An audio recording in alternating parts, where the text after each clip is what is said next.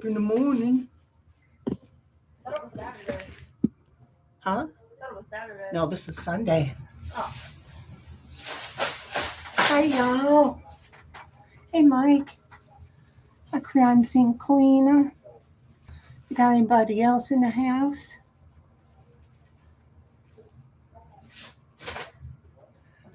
We got three. We got three people. Hi, we got Scott. Hi, Whisper to Me, 10th Angel. Moments like these. Forgot. Lori Colley.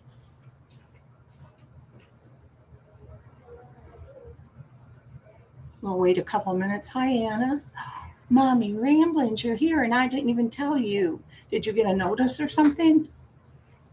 Hi, Jay Quinn. Just relax. I know you're going live in pretty near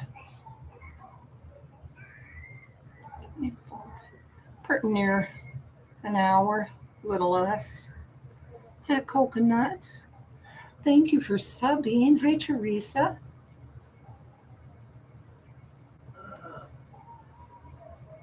I should have tried to find a slimming filter, but I don't think they have them on here. Penelope wanted to say hello. It's been a while. Hi, everybody. Are you ready for story time? I am. I'm so excited. I like learning about the old days. Okay, well, then you just sit here quiet, okay? Don't make any noise, all right? Oh, I hear your music. That's okay. You can play music. Whisper to Me in the house.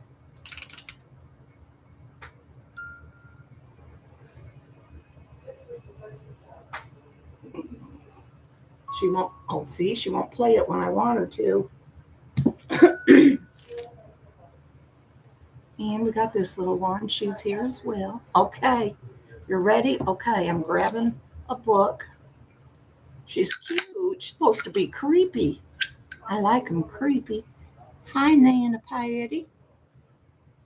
Okay, guys, let me get a book here. Hi, Newfie. Yes, Penelope. Hi. And here she goes right in my ear again. Hi. Tonight's episode is brought to you by Bubbly. Bubbly. There's quenching white peas and ginger bubbly. Hi, guys. Try some today. Not sponsored. We had La Croix last time. Now it's bubbly. I had a lot of sponsors I'm trying to work with. I have Pepsi and Coke beating down my door. Lay's Potato Chips and Pizza Roll Company. Hi. Oh, I thought it was some. I'll just say hi again, Jay Quinn. Okay, here we go.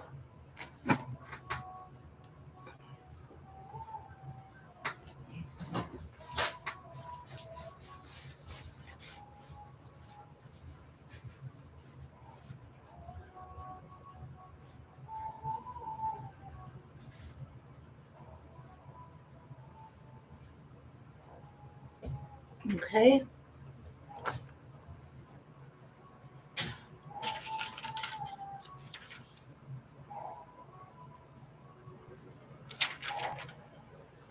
We're back in this magazine. Wonder if Davita's here. Davita? Hi, Video Reel. Yes, Video Reel. My OnlyFans sponsorship. They're trying to have me keep it down. They don't want it spread all over YouTube. I don't know why. They must be in competition or something. Let me message Davita just to let her know. She probably won't even see it.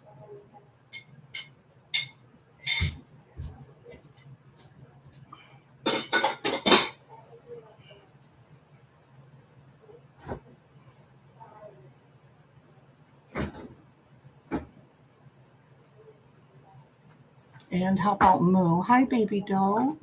Lori Collie, help me, Rhonda. And I'll message Of the Coleman. Moo.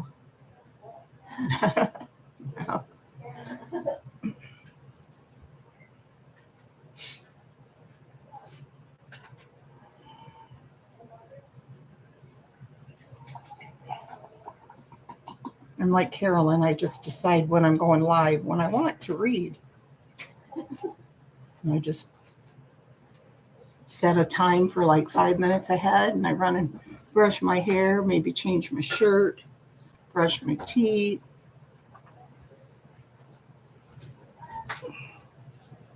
Okay, we're still reading out of The Good Old Days, Surprises, Surprised by Santa, Unexpected Gifts. This one's called A Move and a Miracle. When a delivery truck pulled up, everything changed. Here's a picture of old ornaments.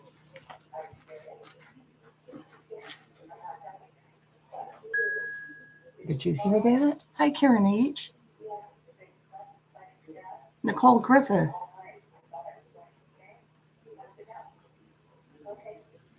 Aurora Rodriguez. Also, I just wanted to say,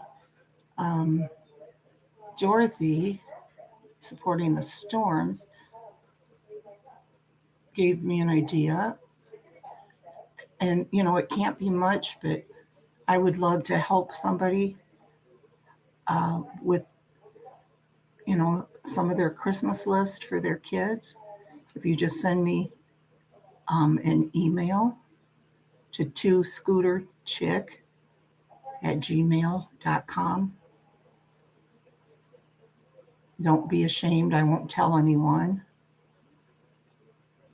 But I would like to just, you know, get a present or two.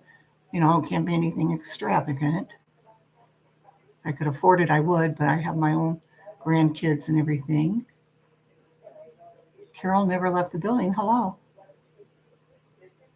Okay. 2scooterchick@gmail.com. Just like my name is at gmail.com. It's very easy.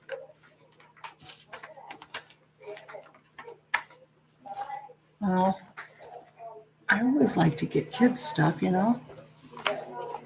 All right, here we go.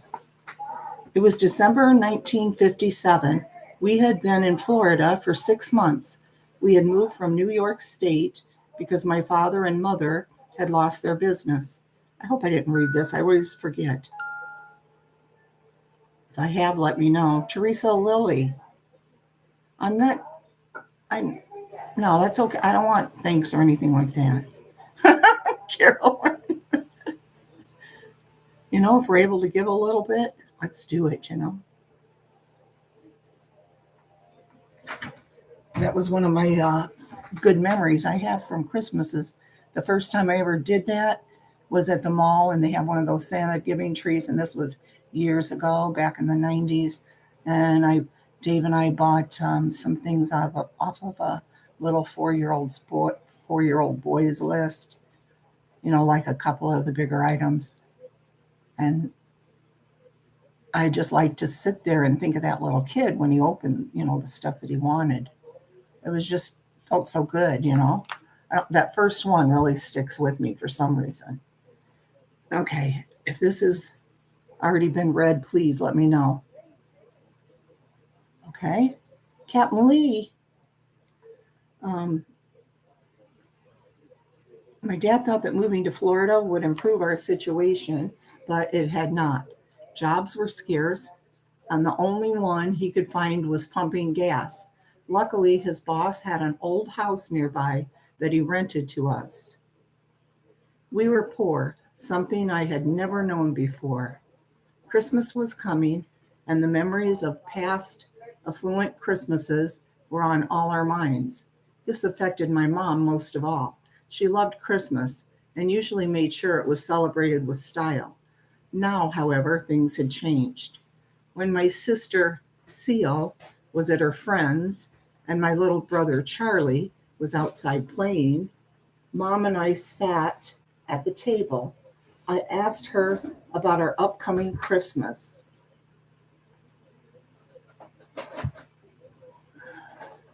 See, that even hurts picking my cup up. Hi, Kim D. I told Dave, I'm going to go live for a little bit here and read some stories because, so he can turn his TV down. So, and he said, that's okay. You're not going to disturb me. Right, love? Something like that. Since you're just being considerate. Yeah, right. He said something like that. I thought you were just being considerate. Turn mine back up. While my sister Seal was at her friend's and my little brother Charlie was outside playing, Mom and I sat at the table. What are you going to eat?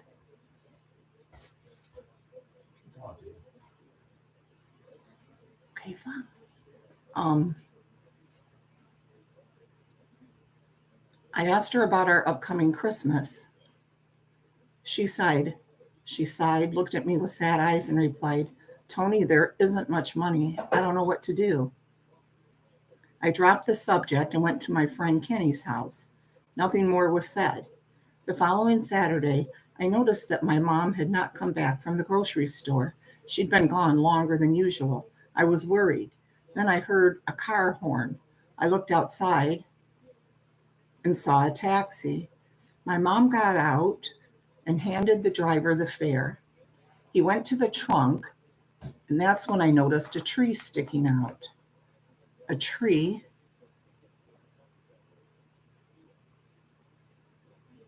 Okay, this hasn't been read. It doesn't sound familiar. I know a tree, a Christmas tree. I ran to help Mom carry the tree inside as my sister and brother were hooting with laughter. We set the tree in the corner and just stood there smiling. It's not the best tree we ever had, but at least it will seem a little more like Christmas, Mom said, as we helped her put the tree in a pail of water. Mom had also purchased some inexpensive decorations at the 5 and 10 cent store. 2 boxes of 6 red balls and 6 silver balls, plus a package of tinsel and a string of 24 lights. Boy, I wish we could go back to those days. I want to go back to that time period. We set about decorating that less than full tree. Then we stood back while Mom plugged in the lights. To me, it was beautiful because we hadn't expected even this small, mishappen symbol of Christmas. It was then that Charlie asked my mom if Santa was going to come since we had a tree. Mom's smile melted into tears as she realized that there just wasn't enough money. She tried to comfort him, but she knew the truth. She looked at him, and then at my sister, and then at me. Then she said with a quaking voice, "We'll see, Charlie, we'll see." Charlie seemed satisfied and went outside. Mom, I said, Seal and I were talking. We understand, but Charlie doesn't. So try to get him something at least. The tears again welled up in her eyes as she smiled and apologized to us. Thank you. It's just that I can't forget all those past Christmases we enjoyed. Mom, I replied, this is the best Christmas because for the first time in a long time, you and Dad are not fighting over bills. And this tree is the prettiest of all because we're all together. Isn't that what counts most?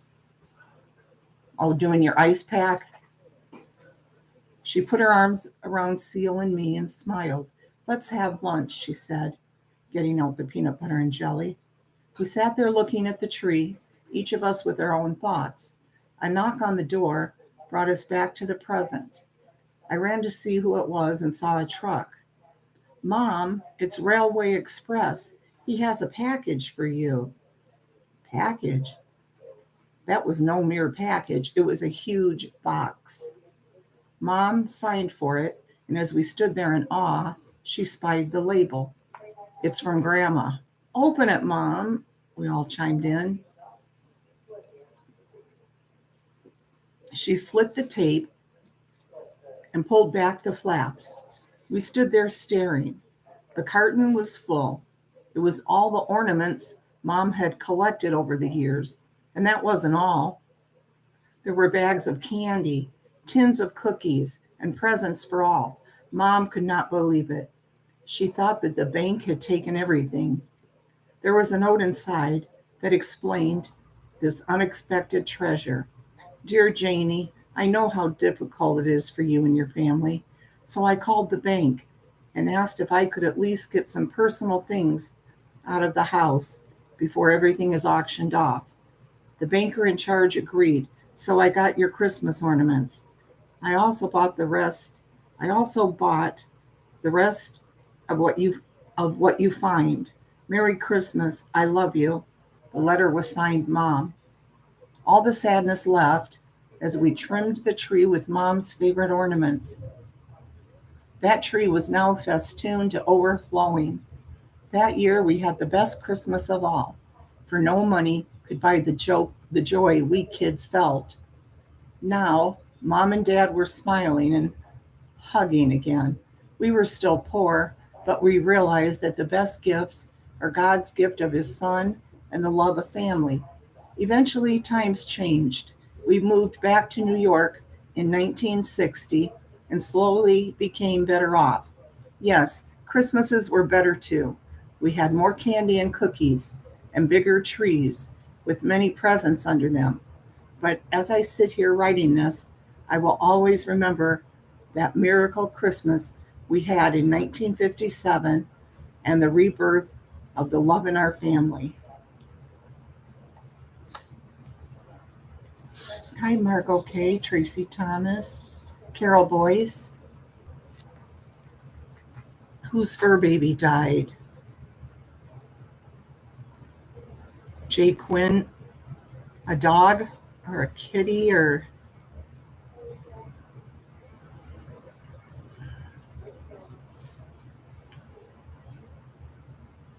This one is Timeless Table Traditions.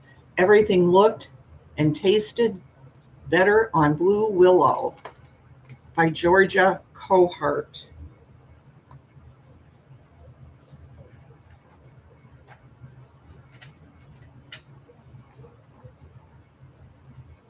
Hi, Elizabeth T.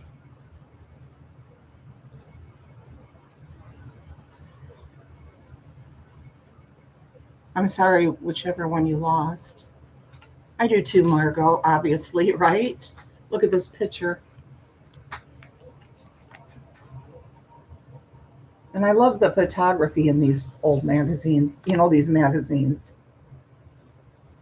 The photography, the illustrations.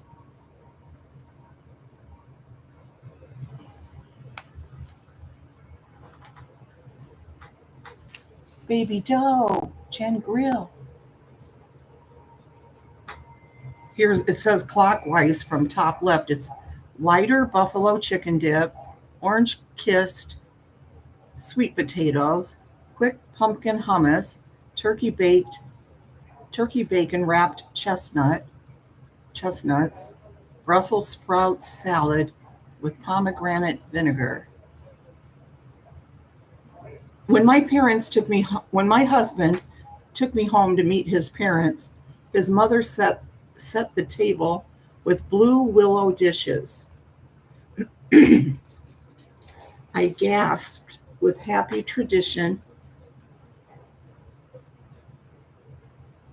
I gasped with happy recognition and carefully picked up a small plate. Turning it in my hands, I explained how it reminded me of my grandfather. When we visited my grandpa, meals were served on the blue and white, everyday dishes.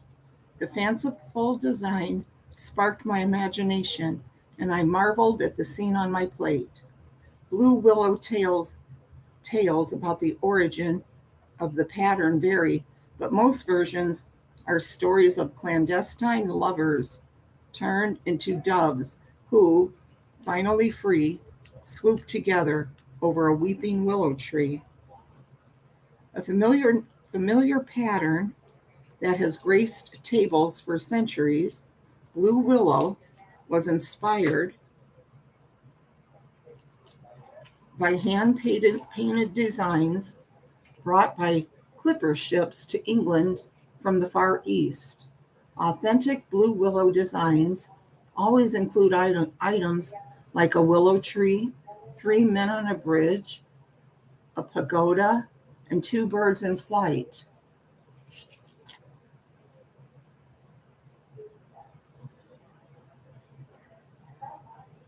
The Blue Plate Special, a popular offering in restaurants in the 1920s, was named for the blue willow plate on which it was served.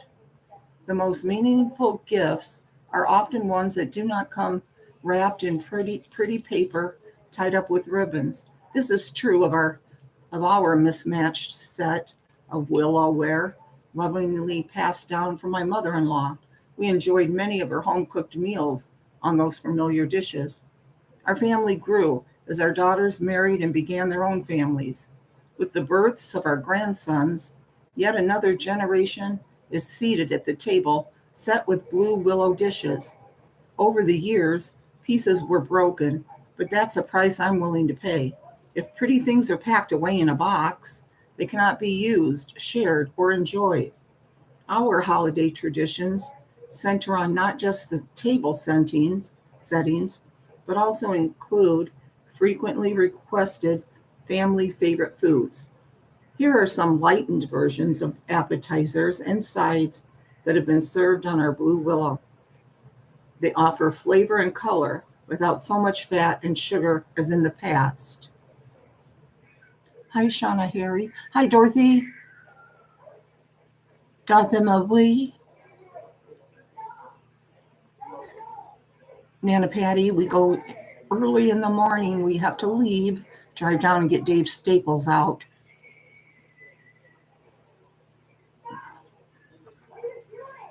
So knowing me, I'll be up all night. So I won't be so tired driving. I hate that feeling.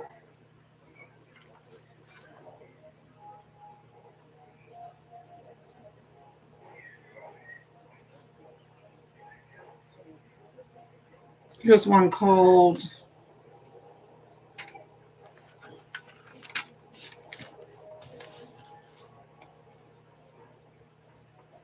let's see, she was 15, has been sick all year on and off. It's broken me. I have no pets left, but we'll get other one when my partner retires. 3 years to go, LOL. Right, Nana Patty? He'll go to bed, but I'm sure I won't unless all of a sudden I get super tired. But is it a dog, Nana, or a Jay Quinn?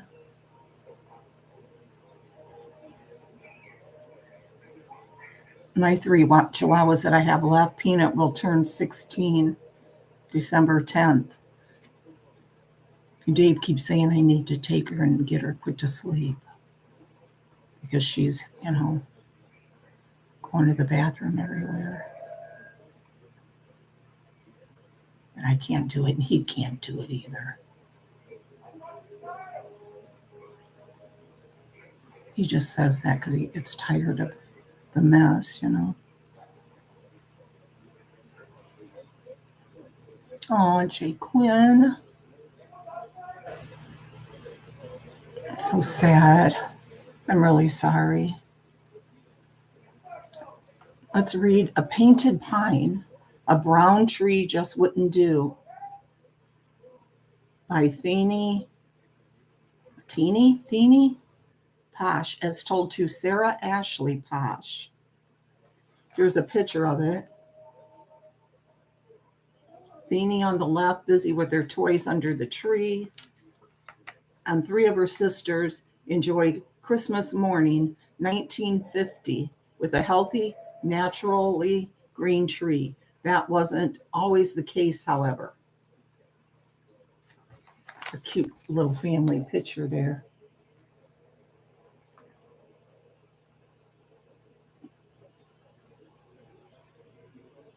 Christmas morning, 1950. Even I wasn't born then.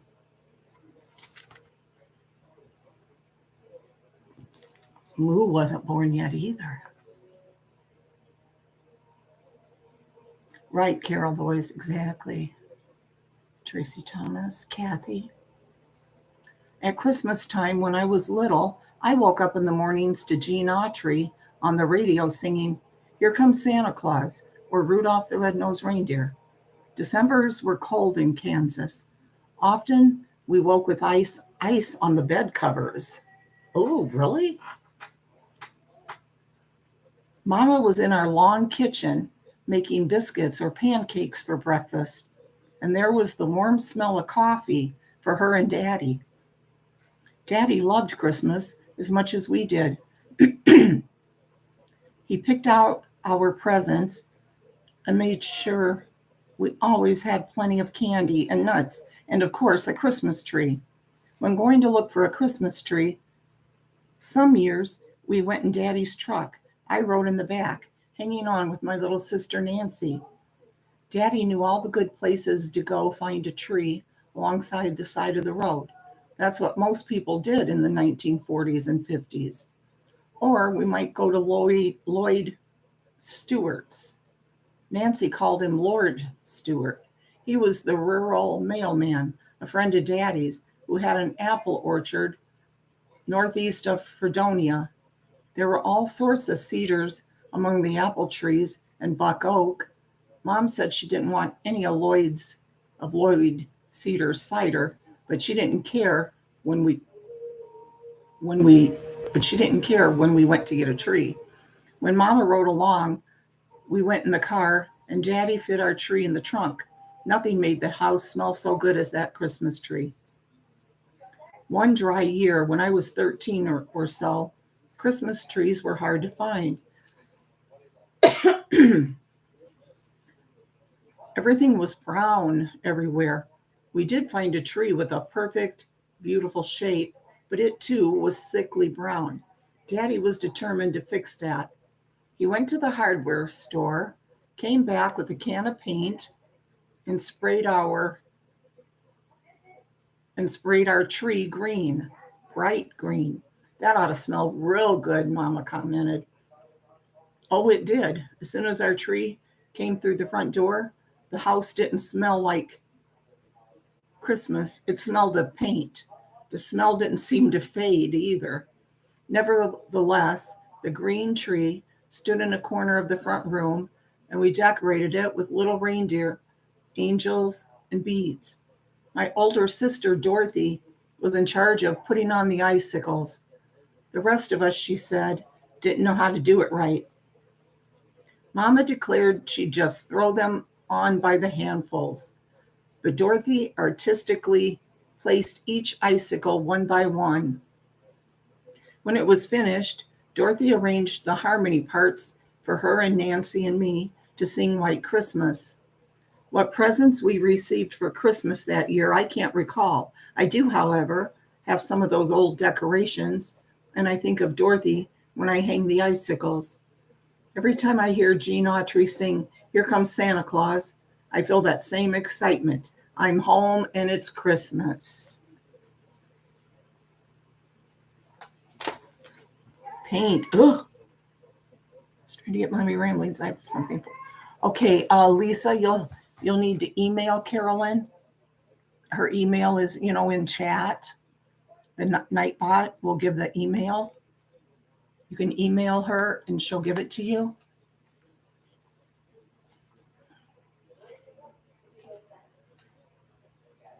Let's see what else. Okay, I know we read that one.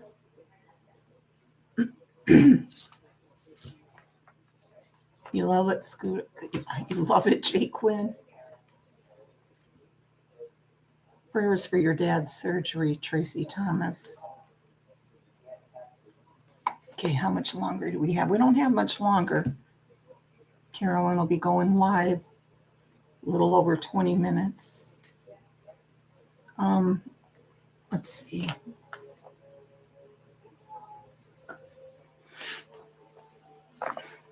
What they've asked people in this issue to send in their stories is, how did you overcome tough times during the good old days? Here's, I guess, what they asked last month, which is what party games or board games did your family or friends play? In 1969, while living in Atlanta, Georgia, I learned a two-player solitaire-like game called Mad, a favorite of mine. Later, back in Texas, friends introduced me to Skip-Bo. As I learned the rules, it resembled the old game of Mad, but was modified for multiple players. The creator, Minnie Hazel Bowman, known as Skip, was from my hometown of Brownfield, Texas. She dubbed her game Skip-Bo.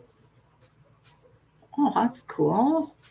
Now, whenever I shuffle Skip-Bo cards for a game with the family, I chuckle at the memory of the old Mad game I learned long ago from Diana Best, Richardson, Texas. That's pretty cool. My favorite game to play with my brother Jerry in the late 1960s was chess. He was the best at it, and he even won a small trophy at a local competition. Boy, do I miss that. But I still play with my son Jeremy from time to time. That's from Sylvia Brown, Westfield, New York. Go to the Head of the Class was one of our favorite board games in 1972. My 11-year-old sister always assumed the role of teacher, although she was only 1 year older than me. She had skipped a grade and felt more qualified to read the questions from the enclosed booklet. My little sister was a trooper. Being 3 years younger, she was always at a disadvantage and never even came close to winning the game. My sister's friend, Amy, on the left in the photo, especially loved the game. As an adult, she's become a teacher. And that's from June Zarzensky, South Milwaukee, Wisconsin.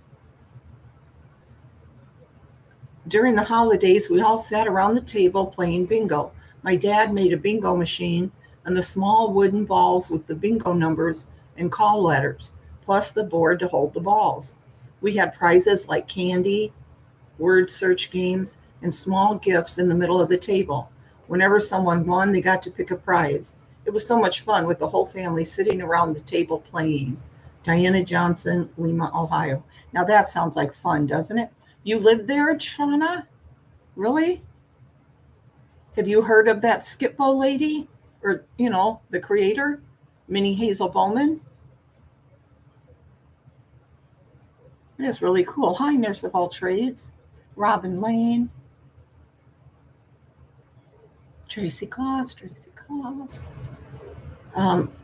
That bingo one sounds fun, though. With prizes in the table, Games were always under the Christmas tree, one for me and one for my sister Dolores. We would also get a family game for when my dad worked on Sunday. That was a special game. These games from the 1930s and 40s are still with us. Monopoly, Go to the Head of the Class, Bingo, Geography, and our favorite card game, Authors. I still play them often with my grandchildren. From Loretta Ackley, El Paso, Texas. Jake Quinn, you're not the one who had your story in the good old days a couple times, are you?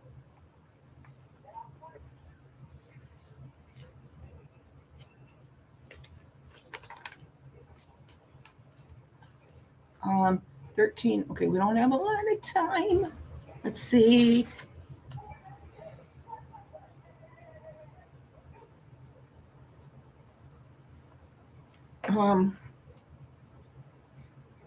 Did I read this one? Surrounded by sack. Hi, Lisa H. Richardson is a suburb of Dallas. So lots of people, yeah. Hi, Davita. You're making it just as we're going to be going off soon. See, I sent you a message. Okay, see if I don't think I read this one. I'm pretty sure Davita will remember. Surrounded by Sacrifices. He may have been young, but he was fully aware, by William Pepe.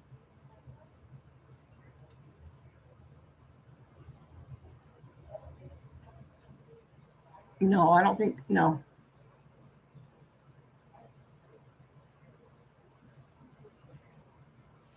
I don't think so.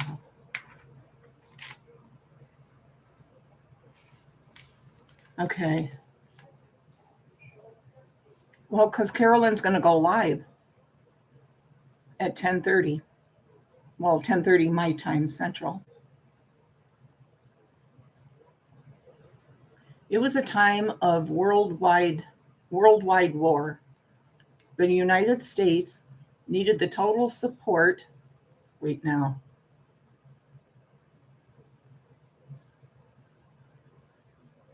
No, I think it was another one similar to this I read. Needed the total support of its citizens, including its school children.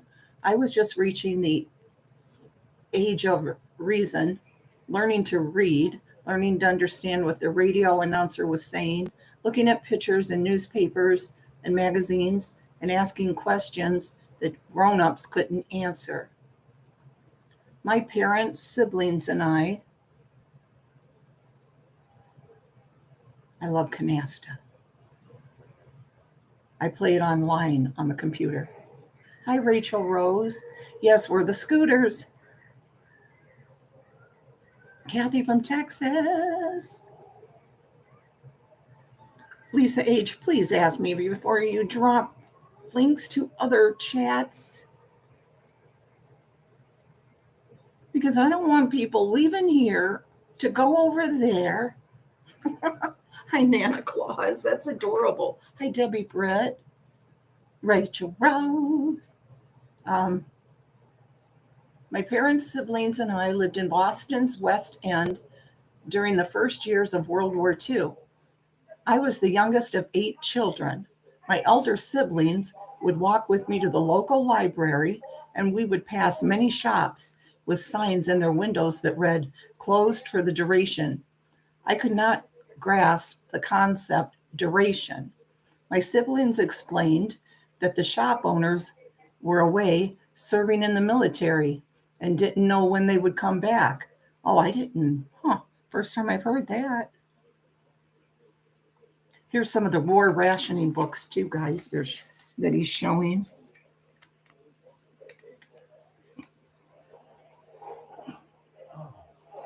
Okay, Lisa.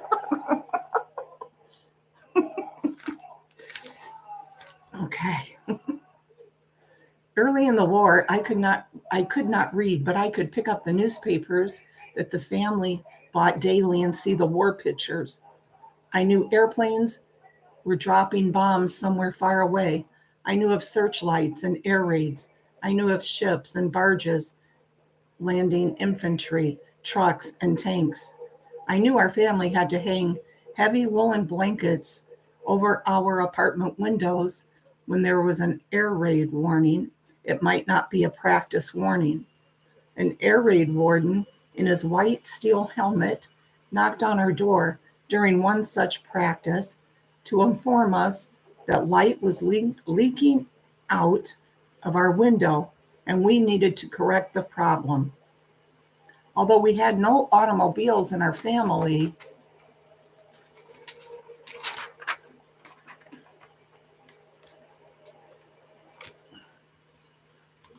I knew automobile owners had to paint the top half of their headlights black to help conceal the city from attacking airplanes. I never learned that either.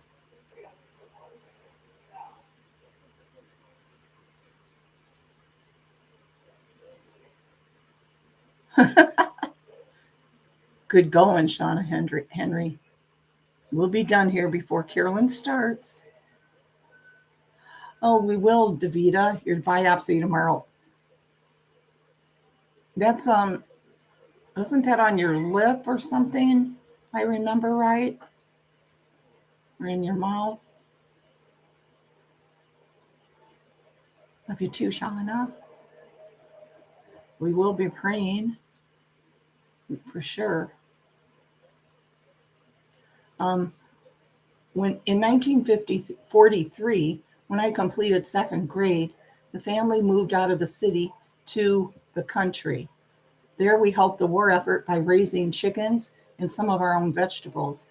I became old enough to go to the local store with money and rationing stamps. I remember one occasion when my mother sent me to the store to buy some sugar. She gave me rationing stamps and money to pay for the purchase. He will tell you he has no sugar, my mother said. You tell him that he has 5 pounds under the counter for your mother. The transaction occurred just as she described. I went home with 5 pounds of sugar. The storekeeper had his money and rationing stamps. The school I attended held practice air raids as frequently as it held fire drills. During a practice air raid, we went to the school's granite-walled basement and sat on the cement floor.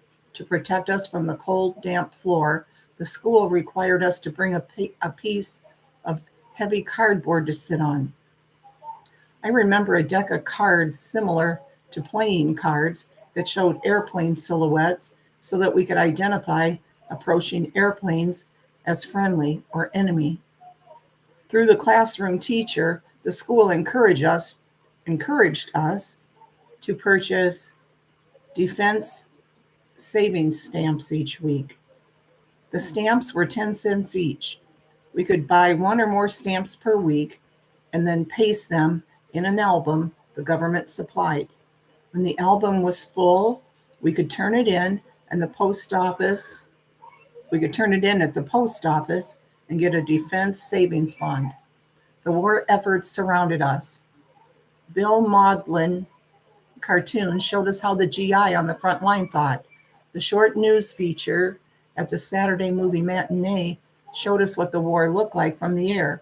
The flak, the searchlights, the bombs descending, the line of explosions as the bombs detonated on the ground below. The news feature showed us naval battles and landing forces. We learned to recognize the faces of Winston Churchill and Franklin Roosevelt. The motion picture industry enhanced what we saw in the news feature by showing us in their films just how evil our enemies were. The music industry supplied us with patriotic songs. Coming in on a Wing and a Prayer, Praise the Lord, and Pass the Ammunition, and Let's Remember Pearl Harbor were songs familiar to everyone. Eventually, the war ended. For me, then a 10-year-old schoolboy, it was a natural transition. Our country home became an older home in suburbia as housing developments for returning GIs sprang up around town. Today, an occasional memento and those housing developments for returning GIs constantly remind me of the sacrifices so many made during the years of World War II and the patriotic fervor of the time. You want something done? What do you mean? What are you talking about? Oh, I know who you're talking. What?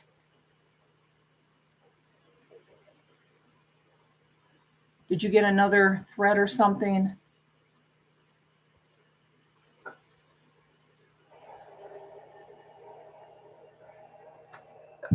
Oh, excuse me. So that's got to be that weird scarlet, right?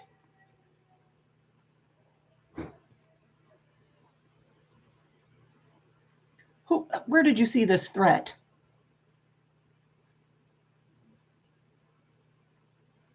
Good Lord. Think of me and call me Perk the Perk. That's what I seen, she said. What the frick?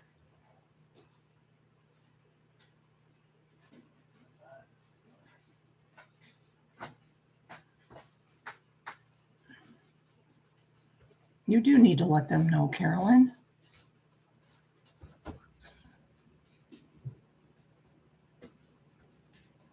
Team YouTube, okay.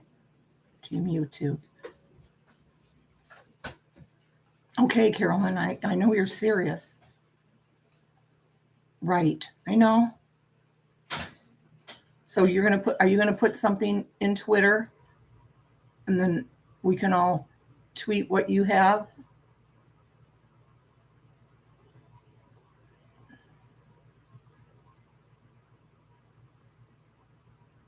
Yes, we will say a prayer right now, Raven, kind.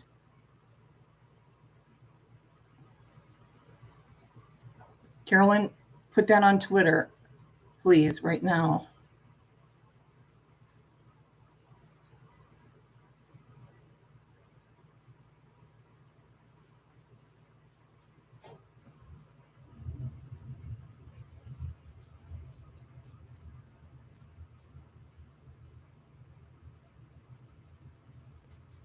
Hi, Anna.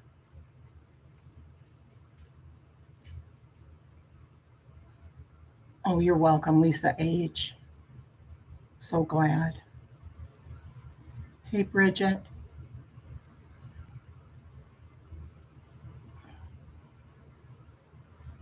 Katie Cat. Okay. Hi, Mimi. Love you too. Hi from the hospital, not me, someone else. You are all well. Okay, let's get off of here, and you're welcome, Davita, and we'll be praying for you. You're welcome, guys. Yeah, Scarlett is a nutcase. We do need the police and the media. Yes. Okay, love y'all. Okay, let's tweet. Look for Carolyn on YouTube or on Twitter, and then tweet what she's tweeting. Okay, bye y'all. I'm not good at Twitter. I don't follow there, but I'm going to do it. Okay, love y'all. Bye-bye.